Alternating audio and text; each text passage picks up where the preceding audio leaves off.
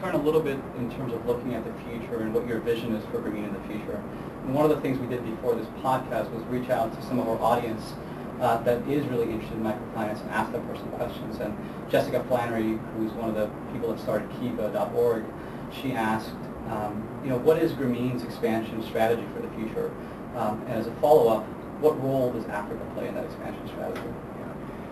I think our vision at a conceptual level, and that Dr. Yunus has articulated very well, is the idea of achieving a real breakthrough, a historic breakthrough on the question of not poverty, because there'll always be people that are relatively poor and relatively less poor, but abject poverty, absolute poverty. We want to put that in museums, and does not deserve a place in human society. And to break through the cynicism that the poor, the absolute poor, will always be with us.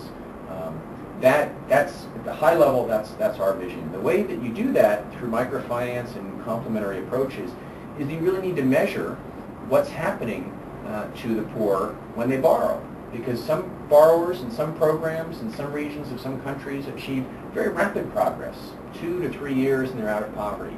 Others, it's a very long time, or even people stagnate before they get to the poverty line, or even fall backwards.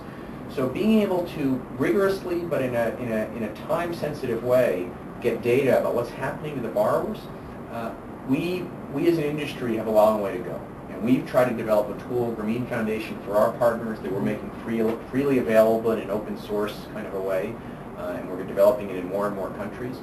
And that I think, and so once we have that data, we'll also be able to counter the argument that we're making money off the poor.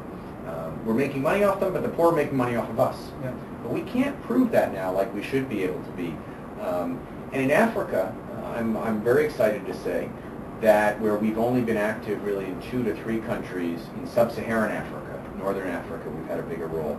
We are bringing to our board literally in about 10 days a very bold Africa strategy, and I'm in fact here in the Bay Area raising money to launch it, and we've had some early successes, to go into a significant way into 8 other African countries, and then after that into another 4 from the 2 we're in now. And this is one of the things that I'm very excited about is working with other social movements, microfinance. Again, we have a particular appeal with the business community, and that's very important. But there are other movements. There's the women's movement. There's the movement against AIDS. There's the environmental movement that have all sorts of synergies that are not yet explored. And one of the most exciting ones is the movement, the One campaign, and the work that Bono's been doing. And we've had some people who are friendly to both us and them, and that's been one of the inspirations, is to join forces with the One campaign and everyone associated with that to really have a much more aggressive attack on poverty in Africa, which is arguably the only region in the world that's moving backwards in terms of poverty.